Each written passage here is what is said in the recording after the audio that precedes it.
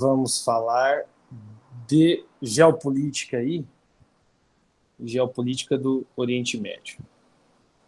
Um pouquinho de disputas, né, de tretas, de brigas. A gente está acompanhando aí, está tendo uma geopolítica lá nos Estados Unidos, né, referente à eleição. A gente vai ficar na mesma pegada aí, até porque isso aí importa para o mundo todo, e importa para o Oriente Médio, importa para a gente. É importante que vocês também discutam um pouquinho sobre esses assuntos, né? Então, sobre uma região muito importante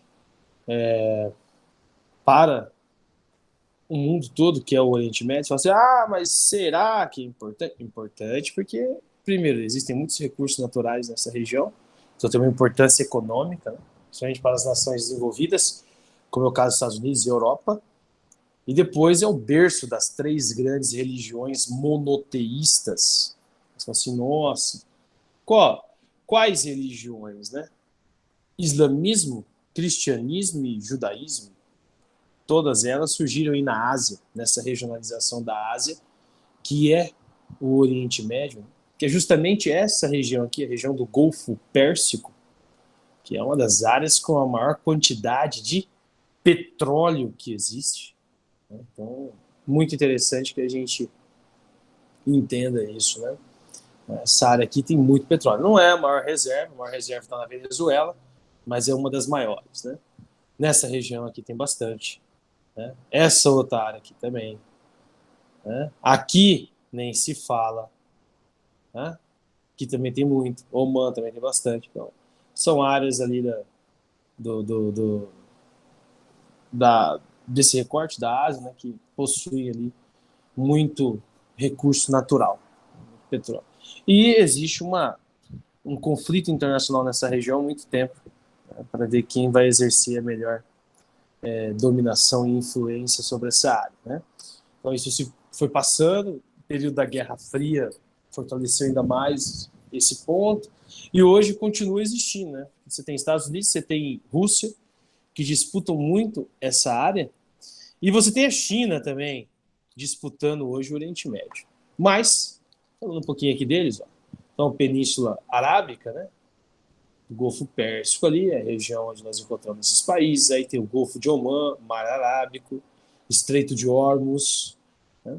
É claro que o escoamento hoje utiliza muito menos essa área aqui, é mais aqui, ó, por Shat al-Arab, né? Que é essa região controlada pelo Egito, que é a entrada do Canal de Suez. Então, pelo Canal de Suez você já sai ali na Europa e dali já vai para os Estados Unidos também. Né? Uma das zonas costeiras mais ricas em petróleo do planeta, então desde lá da década de 60, 50, né, eles já exploram petróleo nessa área. Né?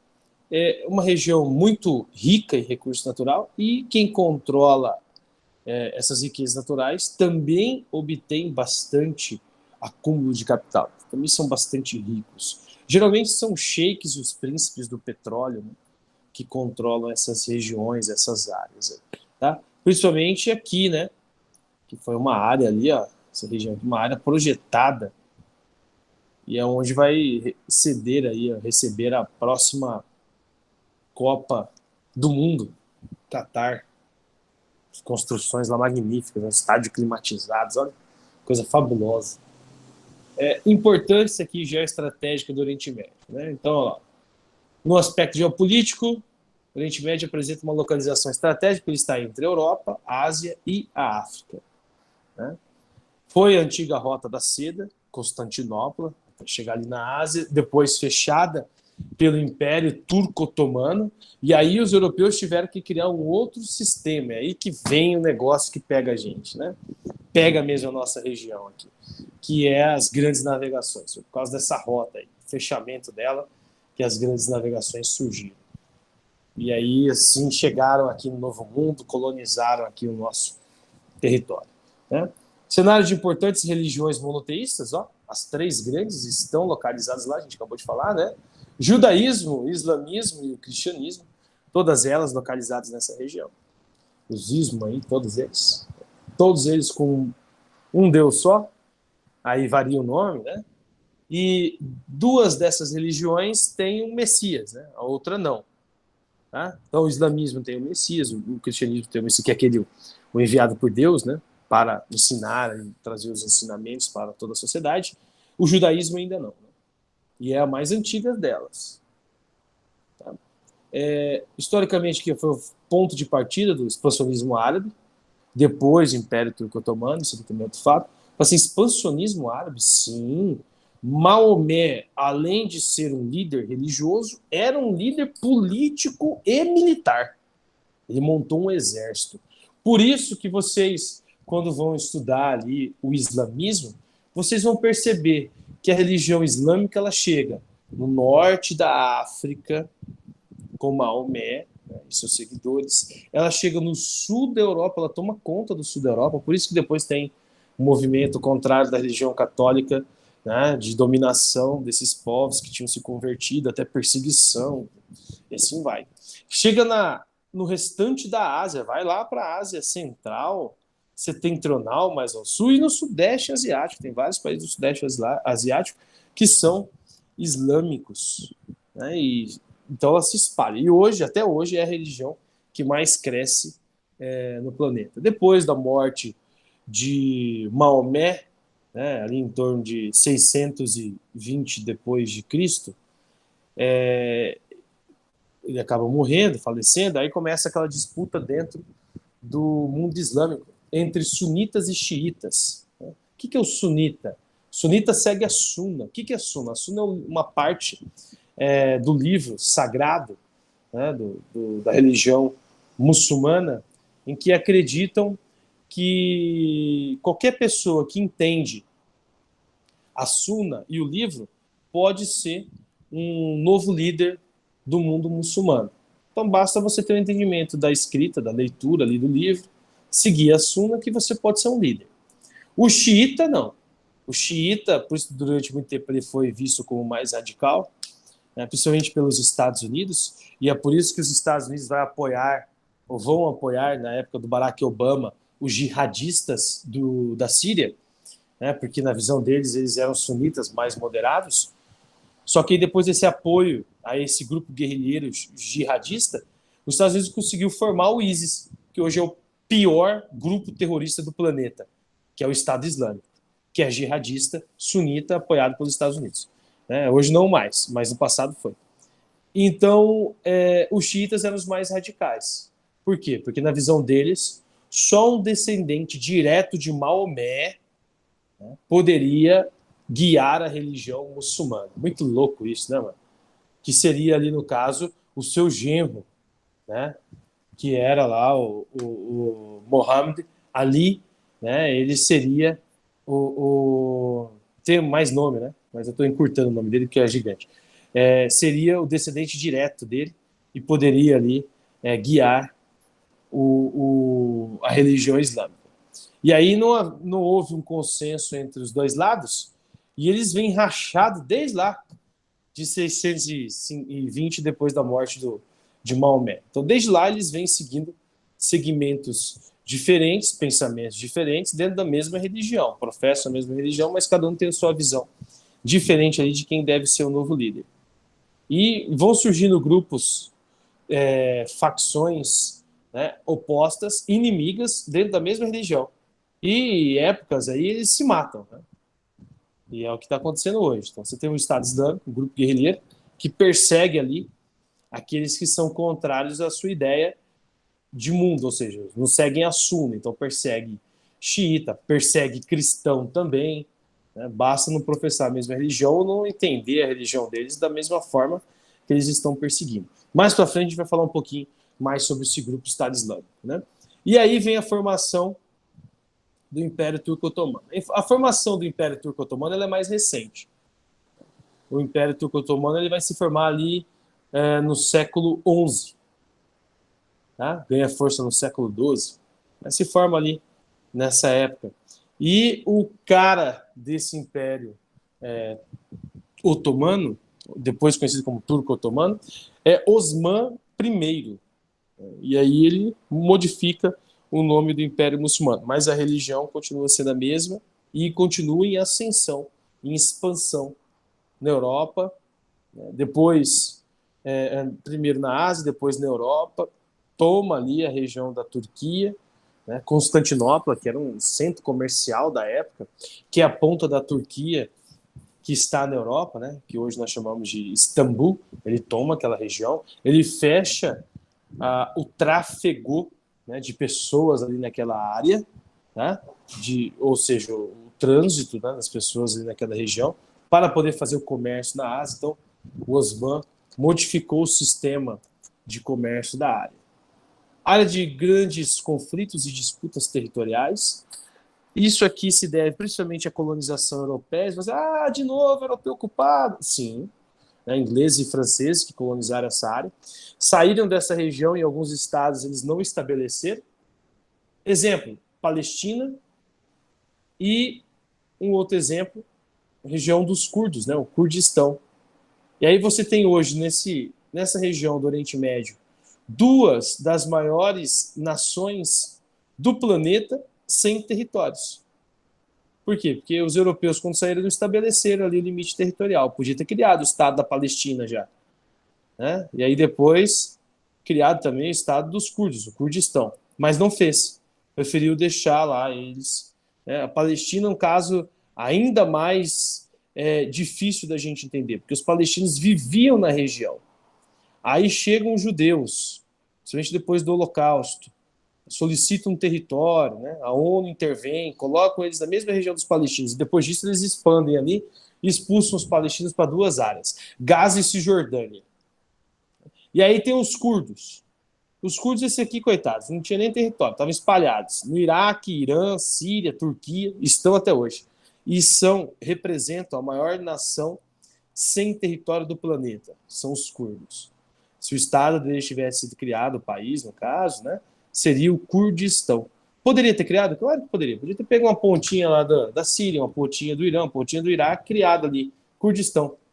Podia ter feito isso, mas não fizeram. Os europeus preferiram não fazer, quando abandonaram a região que eles colonizavam. Né? E quando eu digo colonizavam, exploravam. É período neocolonialismo. Então eles deixaram essa região quando? Ali já no caminhar do final da Segunda Guerra Mundial. Enfraquecidos, não conseguiam manter dominação de regiões do continente africano e da Ásia, foram liberando essas regiões, sem estabelecer um limite, uma fronteira de fato sobre essas áreas. Não quiseram, não se preocuparam com isso.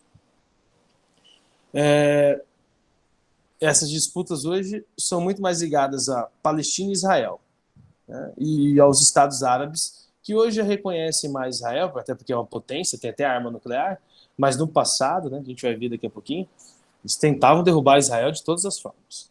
Né? Aí nós temos aqui, ó, no sentido das disputas. Se eu conseguir achar meu cursor aqui, que eu estou meio cego hoje. Aqui, Palestina, né? Conflito aqui entre judeus e palestinos, que é muito famoso. Né? Nós temos alguns conflitos. 47, Guerra da Independência. 67, Guerra dos 6 Dias. Década de 70, Yom Kippur, 73, a gente vai ver daqui a pouquinho. Né? Território conhecido como Israel, que é o território dos judeus criado em 47. Né?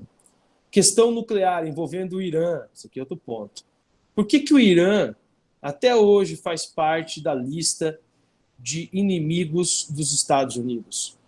Porque lá em 79, Ruhollah Khomeini tirou um parceiro dos Estados Unidos da presidência ou da administração do Irã, que era o Shah Reza Pahlavi, um ditador, né, imperador do Irã, que na época nem era Irã, era Pérsia ainda.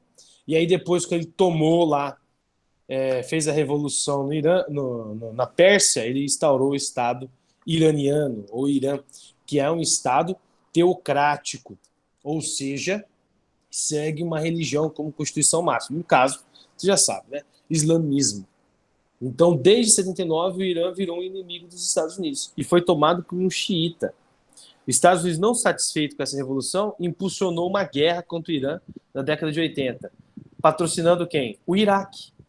Quem que administrava o Iraque? Saddam Hussein, que anos depois, o George W. Bush caçou o Saddam Hussein, tomou o Iraque, o filho, né? O pai foi aliado, mas o filho era inimigo, tá?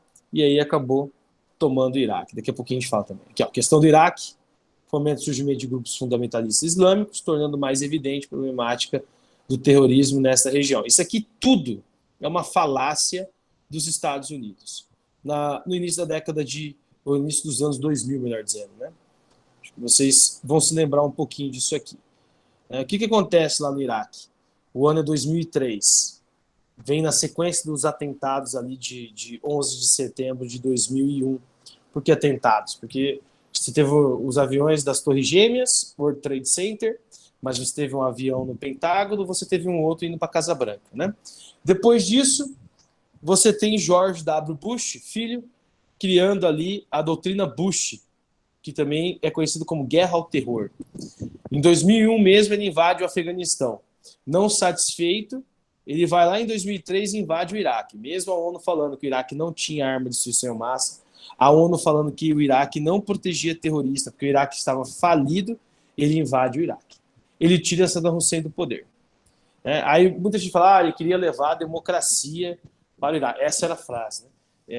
Estamos levando a democracia para esses países. Vocês estão vendo aí a demora da democracia americana para escolher o novo representante, o novo líder, né? O novo chefe de Estado. Tá? Então, e sempre foi demorado. Tanto é que o George W. Bush, a reeleição dele foi demorada. Ele ganhou ali uma diferença de 500 votos. 500 votos. Foi uma margem bem apertada para ele poder ser reeleito. Na verdade, ele nem ganha na maioria dos votos. Ele ganha em colégio eleitoral. E aí, ele faz toda essa doutrina Bush, a guerra ao terror, bonitinha lá para invadir o Iraque. Né? E o pretexto era o quê? O Iraque tinha arma de destruição em massa e estava também ali, mantendo os grupos fundamentalistas islâmicos, né?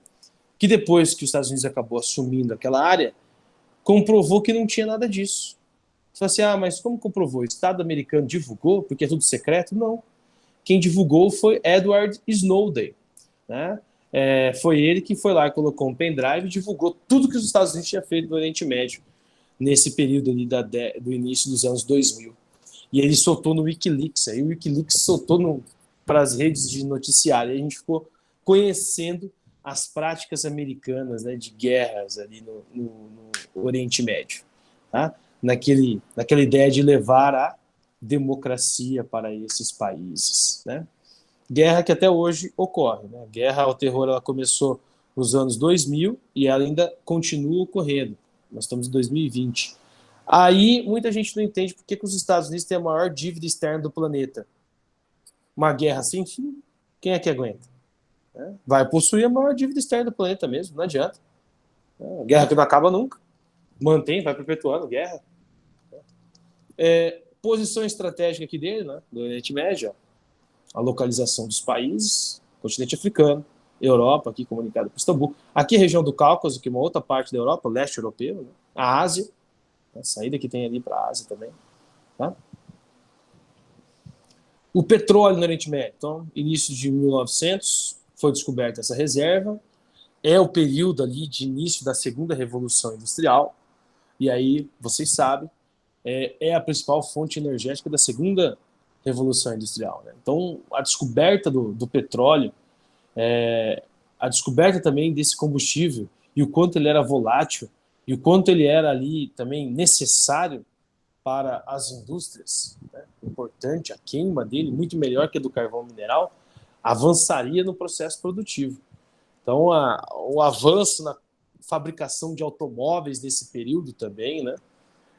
Você pega 1910, 1920, 1930, é o período do grande desenvolvimento das indústrias Ford nos Estados Unidos, que é a região onde tem a segunda revolução industrial. É o grande desenvolvimento também das indústrias da Toyota no Japão, né? Então, a evolução ali do quesito produtivo e da fonte energética a partir de 1900. É tão importante a descoberta do petróleo que os Estados Unidos, em 1910, já era a maior potência industrial do planeta. Não econômica, mas industrial em 1910. É claro que a crise de 29, Grande Depressão, quebra a economia americana. Depois só se supera essa crise quase na metade da década de 40, né? 44 é a Conferência de Bretton Woods, padrão dólar-ouro, né? Criação do FMI, do BIRD, Banco Internacional de Reconstrução e Desenvolvimento, que depois vira Banco Mundial, e aí você já tem os Estados Unidos ali se configurando como a maior potência econômica do planeta já em 44, né? Antes mesmo da Segunda Guerra Mundial acabar. Iraque, Irã e Arábia Saudita, que são as maiores reservas de petróleo que existem nessa região. Você vai falar assim, aqui a gente poderia já discutir um outro assunto, né? Que vazou as coisas do Wikileaks, não sofreu. Ele está exilado até hoje. Ele não pode voltar para os Estados Unidos, porque senão ele vai ser julgado, né, por traição. E aí lá, ele era das Forças Armadas, lá essa traição tem uma penalidade muito forte, né, que é a pena de morte. Se vocês quiserem assistir esse filme, tem um filme sobre esse caso, tem ele liberado no YouTube, tá? Chama Snowden, Snowden. Assistam lá, vocês vão achar, vocês vão entender esse período aqui. É muito importante para que vocês entendam essa análise da geopolítica do Oriente Médio, mas vocês que vão fazer provas importantes esse ano que vem. É importante assistir esses assuntos, entender isso aí, esses desdobramentos, né? Porque ele copiou esses dados direto da fonte. Não tem nada ali que ele modificou. Ele copia e entrega, né, por uma rede de informação independente, que é um jornal independente, ele divulga. E o mais incrível, os Estados Unidos não nega nada do que foi entregue, nada. Lá tem muita coisa. Tem desde morte de assassinato de crianças, que o exército americano estava executando, mulheres, crianças, não estava nem querendo saber. Matava mesmo inocentes. Ele divulga tudo aquilo ali. O que choca o mundo todo, né? O que faz com que a popularidade de líderes caiam bastante. Por exemplo, a popularidade do George Bush caiu bastante. A popularidade do Barack Obama caiu bastante. Até que o Barack Obama não conseguiu eleger alguém do partido dele, né, na sequência do mandato dele. Foi o Trump. O Trump rompeu o Barack. Agora foi rompido de novo ali, né, o segmento republicano. Então, toda hora um rompe o outro também. Tem essa questão. Aqui, falando aqui do Iraque, Irã e Arábia Saudita, o Iraque era uma pedra no sapato, os Estados Unidos foi lá e tirou o chefe de Estado, derrubou ele, né? Depois ele acabou sendo julgado por crime contra a humanidade, diz que ele matou muitos inocentes, ele foi julgado pelos crimes, né? E enforcado ao vivo, Saddam Hussein. Capturado num buraco, ele estava se escondendo, nas regiões próximas ali do Iraque, num buraquinho, capturaram ele, enforcaram ele depois. História, continua sendo inimigo. Mas ainda é. Modificou alguma coisa? Não. Continua sendo inimigo.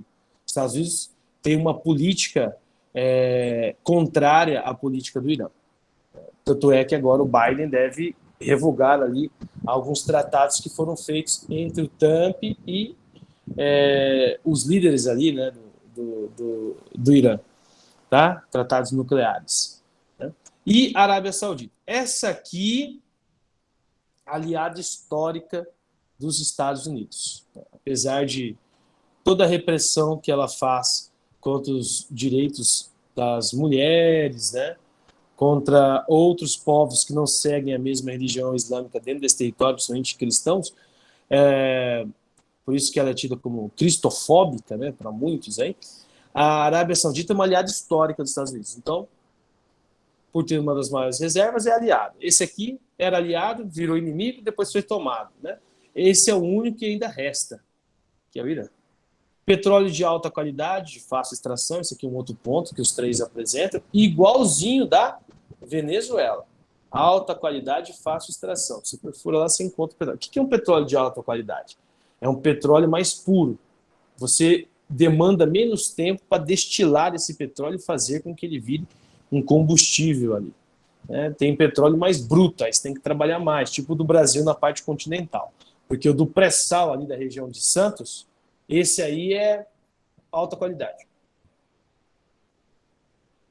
Final do século XIX, ó, o controle da extração de petróleo estava sob domínio das empresas europeias e dos Estados Unidos, porque eles estão em desenvolvimento industrial.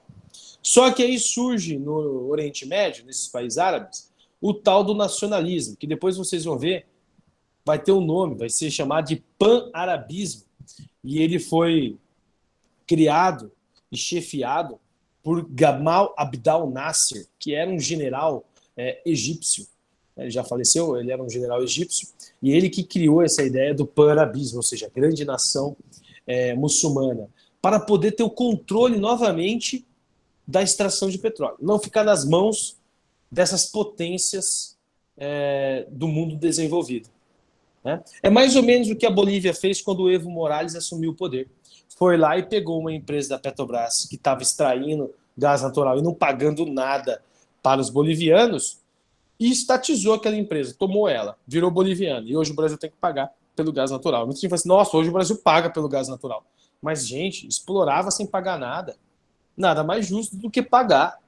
Né? Você está tirando um recurso natural de um outro povo que é de extrema importância, nem industrializados os caras são. Né? Então, isso ocorreu também. Guerra árabe-israelense. Começa quando? Quando começa essa guerra árabe-israelense? Quando Israel é criado, ali em 48. Então, 3 anos depois da Segunda Guerra Mundial, a ONU já tinha sido criada. O Brasil já fazia parte também da ONU, desde o seu início. E aí tinha uma necessidade de criar um Estado ali para os judeus, para evitar um novo holocausto. Né? Então eles foram e escolheram essa região aqui, ó, a planície costeira da Galileia e todo o Negev, que é um deserto. Né? Ficaria sob o domínio ali, a soberania israelense. Né? E aí você tem aqui, ó, a Judéia, Samária, Margem Ocidental, sob o domínio da Jordânia. Essa região aqui nós chamamos de Cisjordânia, tá? Judéia e Samária. Se vocês já leram a Bíblia, vocês vão ver que esses nomes aqui desaparecem bastante, né? Galileia, tá? Negev, deserto de Negev, Judéia, Samária, é a região onde Cristo peregrinou, né? Andou ali nessa área, tá? E aí vem faixa de Gaza, que já tem aqui a fronteira com a Península do Sinai, sob a administração ali egípcia. Né? Aí você tem, ó, cidade de Jerusalém ficou dividida, cabendo a Jordânia o controle da parte oriental, inclusive a cidade velha, Israel o setor ali ocidental. Né? Então, dividida entre eles. E aí você percebeu que o povo que vivia nessa região, até 48, e continua vivendo hoje, mas mais afastado, não aparece em momento algum, nada sob o domínio deles. Que povo é esse? Os palestinos, porque eles não eram território oficial. A Jordânia é. Israel passa a ser. O Egito era, mas a Palestina não. E é aí que começa o conflito. Porque os países árabes vão tomar as dores da Palestina e vão tentar expulsar Israel desse território. Começam as guerras. Primeira guerra, 1948, Guerra da Independência. Então, os países árabes formam a chamada Liga Árabe para tentar expulsar os judeus desse território. Conseguiram? Não. Tomaram uma sova, perderam, né, e não conseguiram expulsar Israel dali. Por isso, Guerra da Independência. Israel ficou. E ainda expandiu suas áreas para regiões que eram dos povos palestinos. Aí, na sequência, vem isso aqui, 1967, Guerra dos 6 Dias. Muita gente fala assim, professor, mas por que o nome é Guerra dos 6 Dias? Porque durou 6 dias essa guerra. Israel derrotou de novo a Liga Árabe. Né? Por que Israel tem facilidade de derrotar ali a Liga Árabe? Pelo apoio. Apoio militar, né? Apoio científico, apoio de capital dos Estados Unidos. É o principal braço armado dos Estados Unidos no Oriente Médio. É a base militar americana no Oriente Médio. Até hoje, os Estados Unidos transferem capital anualmente para Israel. A parceria é muito forte entre eles. Tá? E aí vem 1973. Essa última guerra. Guerra do Yom Kippur. O que é Yom Kippur? Dia do Perdão, feriado judaico. Então a Liga Árabe esperou o feriado, sabia que todo mundo estaria em casa. O que eles iam fazer? Dominar Israel, expulsar os israelenses, judeus ali daquela região, né, na cabeça deles. Muito fácil. Vai ser muito fácil fazer isso. Bom, o ataque foi foi combatida ainda no início, né? Então Israel conseguiu prever ali o ataque e desmobilizou ali as tropas muçulmanas, guerrilhas, né? Eles nem tinham tropa, não tinha exército, e derrotou de novo eles, a Liga Árabe. E além disso, pegou territórios, né? Já tinha pego alguns territórios na Guerra dos 6 Dias e a Liga Árabe queria a devolução desses territórios, e aí, com a Guerra do Yom Kippur, eles tomam de vez essas áreas, essas regiões, né? Na Guerra dos 6 Dias, alguns territórios foram tomados, como as colinas de Golã, que ficam na Síria, que são as nascentes do Rio Jordão, tomou a Península do Sinai, que é uma terra sagrada para os egípcios, tomou a faixa de Gaza e a Cisjordânia. A Guerra do Yom Kippur era uma tentativa de retomada e derrotar também Israel, né? Então, retomar nossos territórios e derrotar Israel. Mais uma vez, os muçulmanos, a Liga Árabe aí, foi derrotada. Israel perdeu novamente, ou melhor dizendo, Israel ganhou novamente o conflito e os árabes perderam mais uma vez. Bom, o Egito acaba se vendo pressionado e ele assina um tratado com Israel, que é o Tratado de Camp David, e esse tratado seriam devolvidas ali as terras, a Península do Sinai, que tinha sido tomada por Israel. Mas, de contrapartida, Israel só iria devolver esse território se o Egito fosse publicamente, né, fizesse uma nota ali e reconhecesse a independência de Israel. Olha só, Israel jogou bem nessa, né? O Egito vai lá, reconhece a independência de Israel, né, e reconhece a soberania e recebe de volta a Península do Sinai. Para os países muçulmanos, o Egito passou a ser visto como um país de traidores, né? Então o Egito passou a ser um traidor da Liga Árabe, tá? A Liga Árabe, não satisfeita com a derrota de 73, faz o quê? Cria uma organização, né? Organização dos Países Exportadores de Petróleo, chamada OPEP, que tem hoje países do mundo todo fazendo parte. Mas eles vão fazer algo além. Já que eles não podem derrotar Israel, porque ele tem o apoio dos Estados Unidos de forma bélica e expulsá-los dali, eles vão quebrar a economia do mundo. O que eles vão fazer?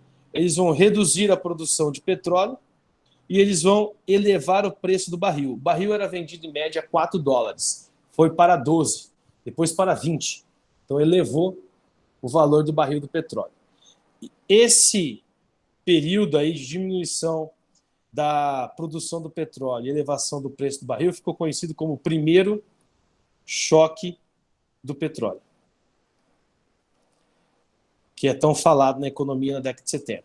Esse primeiro choque do petróleo vai ser tão importante para a economia mundial e vai simbolizar uma crise tão forte que muda o modelo econômico capitalista na década de 70. O keynesianismo, que era a intervenção do Estado na economia, vai sumir, vai deixar de existir, e surge o neoliberalismo. Porque o choque do petróleo foi tão impactante na economia dos países desenvolvidos que eles não conseguiam mais se manter naquela ideia de bem-estar social. Quebrou a economia, tiveram que criar um novo modelo. O neoliberalismo surge ali com o primeiro choque do petróleo. Olha aqui, um ponto vai levando ao outro, né? Bem interessante isso também, tá? E aí você tem países buscando fontes alternativas também, para não ficarem dependentes do petróleo do Oriente Médio. O Brasil, por exemplo, vai buscar sua fonte alternativa, etanol. O etanol surge na década de 70 por causa do primeiro choque do petróleo. Até aqui no Brasil, isso aí teve uma importância muito grande. A gente importava muito petróleo de fora, né? Muito combustível de fora. Continua importando. Por isso que é caro também o combustível aqui no Brasil. É claro, tem ali a questão dos impostos, mas a gente importa bastante combustível de fora. Mesmo não precisando, sendo autossuficiente, né? A gente faz isso, tá?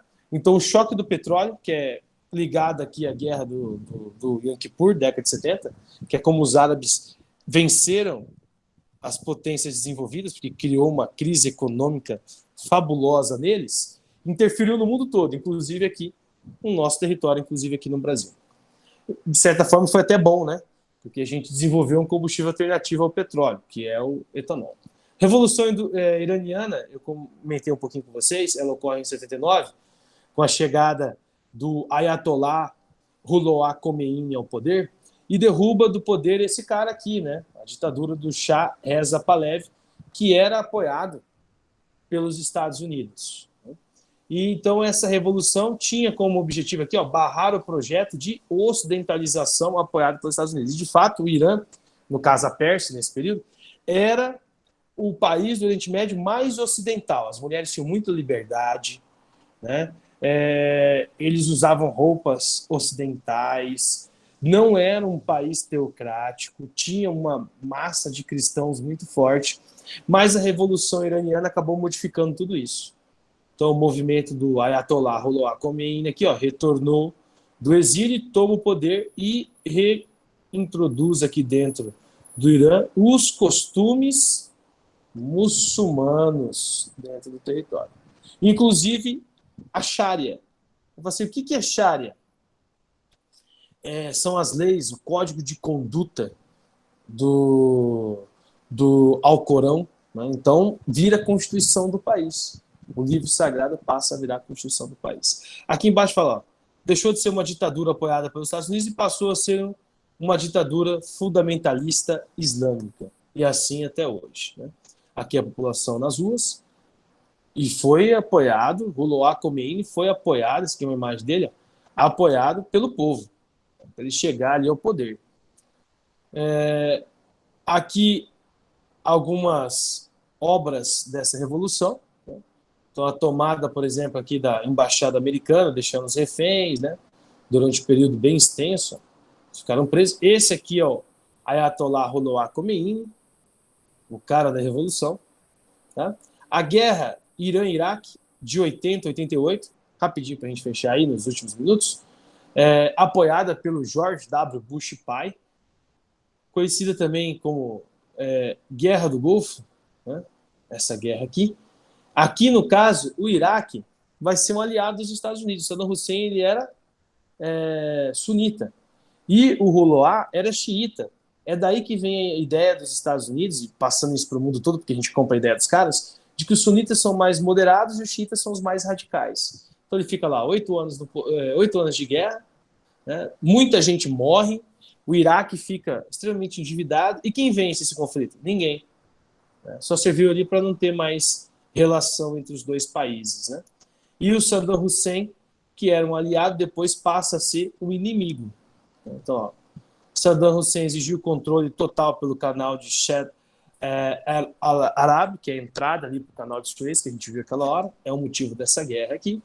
8 anos, massacre de curdos por Saddam Hussein, e o cessar-fogo vem ali com o Tratado da ONU em 1988, e não teve ninguém vitorioso. Ó. Isso é o mais importante. Ninguém foi vitorioso.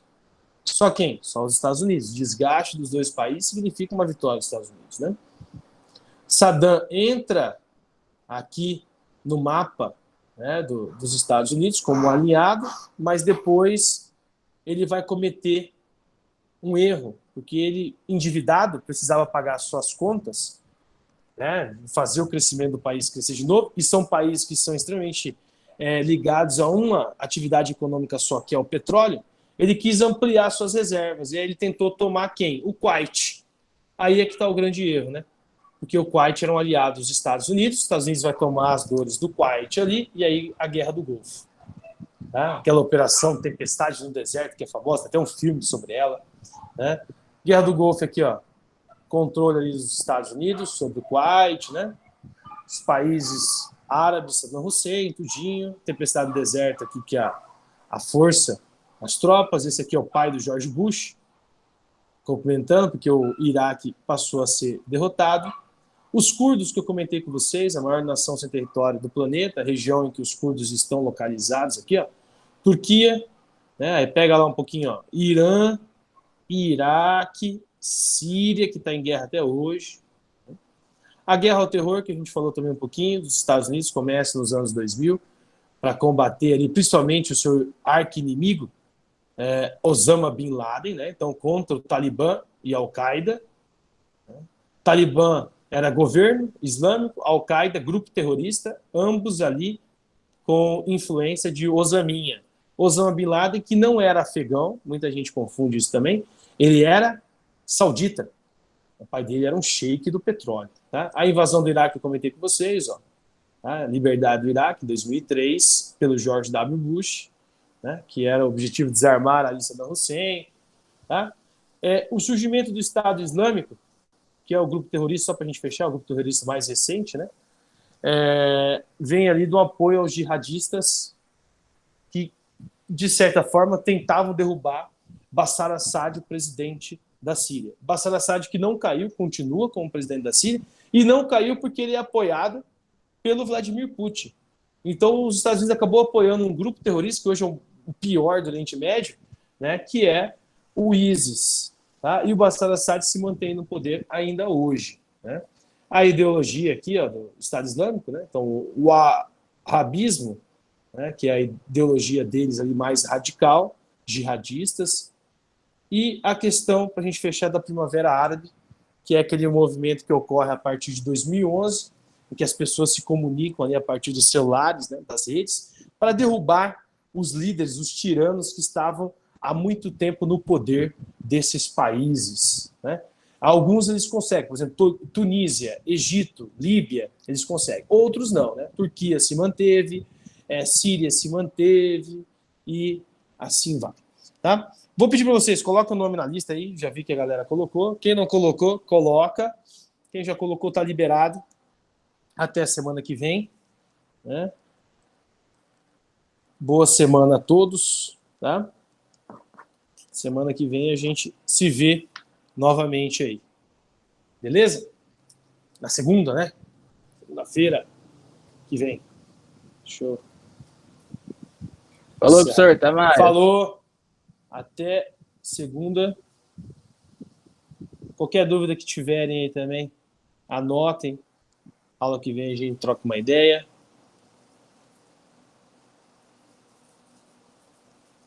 Coloca o nome aí. Vou esperar para interromper a gravação.